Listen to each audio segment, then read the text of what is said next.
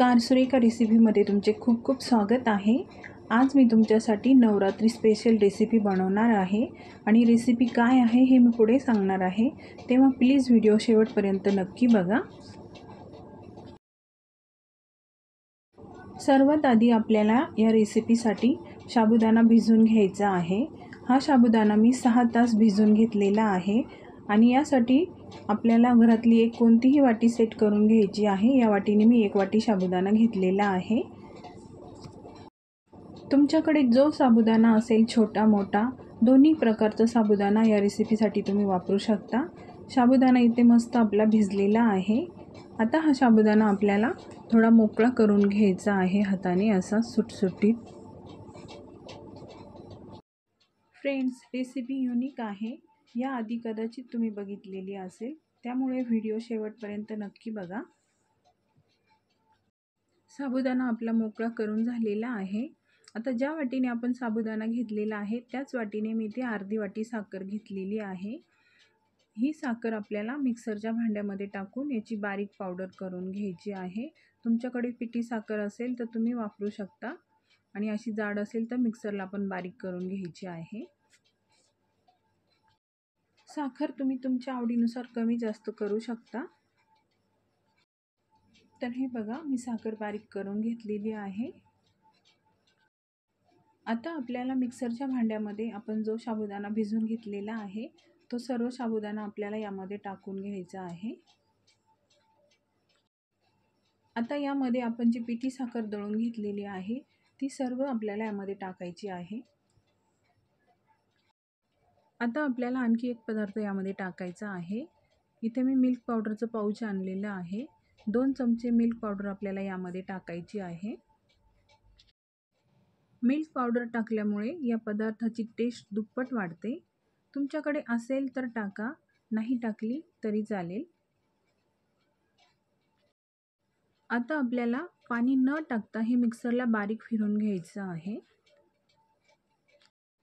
साखरेमुळे आपल्याला याच्यात पाणी टाकायची गरज पडत नाही, तर तुम्ही इथे बघू शकता अशा प्रकारे आपण हे बारीक करून घेतलेलं आहे।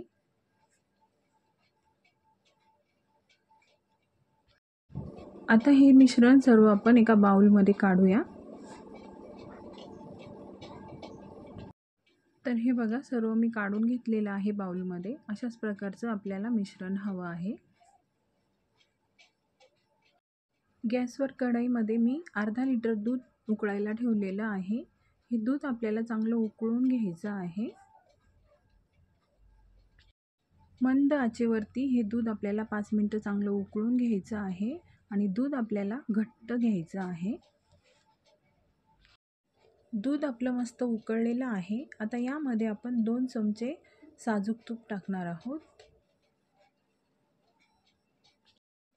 आता तूप पण आपल्याला दुधामध्ये चांगलं मिक्स करून घ्यायचं आहे।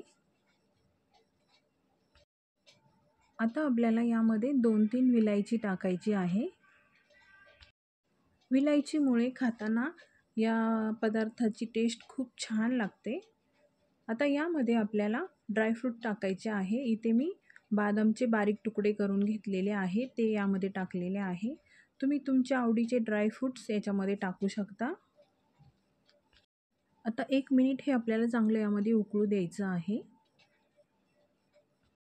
आता आपण साबुदाणा आणि मिल्क पावडरचं जे मिश्रण बनवलेलं आहे ते चांगलं असं पुन्हा एकदा मिक्स करून घेऊया चमच्याने। आता हे मिश्रण आपण हातामध्ये असं छोटंसं घ्यायचं आहे आणि याचे असे छोटे छोटे बॉल्स आपण हातावरती बनवून घ्यायचे आहेत। हे बघा, अशा प्रकारे।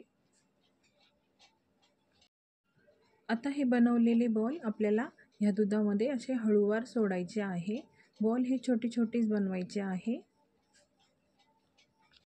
फ्रेंड्स, उपवासाच्या दिवशी हा पदार्थ एकदा खाल्ला की दिवसभर आपलं पोट हे भरलेलं असतं, अजिबात भूक लागत नाही। हे बॉल्स सोडताना आपण गॅसची फ्लेम एकदम कमी ठेवायची आहे आणि अंतरावर आपल्याला हे बॉल्स याच्यामध्ये सोडून घ्यायचे आहे या दुधामध्ये। तर इथे माझे सर्व बॉल्स इथे सोडून झालेले आहे। आता याला काही करायचं नाही आहे, ते शिजली की आपोआप असे वरती येतात। तर इथं बघू शकता आपले सर्व बॉल्स इथे वरती आलेले आहेत. आता आपण हे पळीने असे हलवून घेऊ शकतो. हे बघा किती छान आपले बॉल्स इथे तयार झालेले आहेत. हे बॉल शिजायला जास्त टाईम लागत नाही. 5 मिनिटात हे बॉल शिजतात कारण आपण साबुदाणा भिजवून घेतलेला आहे. आपली रेसिपी इथे तयार झालेली आहे. आता आपण गॅस बंद करूया. आता ही मी एका बाउलमध्ये काढून घेते. तर फ्रेंड्स, आपली ही उपवासाची रसमलाई इथे तयार झालेली आहे. तर तुम्ही इथे बघू शकता आपली ही रसमलाई किती छान दिसत आहे आणि खायला तर इतकी जबरदस्त लागते. तर ह्या नवरात्रीला तुम्ही ही रेसिपी नक्की बनवा. तर फ्रेंड्स, नवरात्री स्पेशल ही रसमलाई तुम्हाला कशी वाटली हे मला कमेंट करून नक्की सांगा. रेसिपी आवडली असेल तर चॅनलला लाईक, शेअर, सबस्क्राईब नक्की करा. पुन्हा भेटू पुढच्या रेसिपीमध्ये. तोपर्यंत मस्त खा आणि मस्त रहा.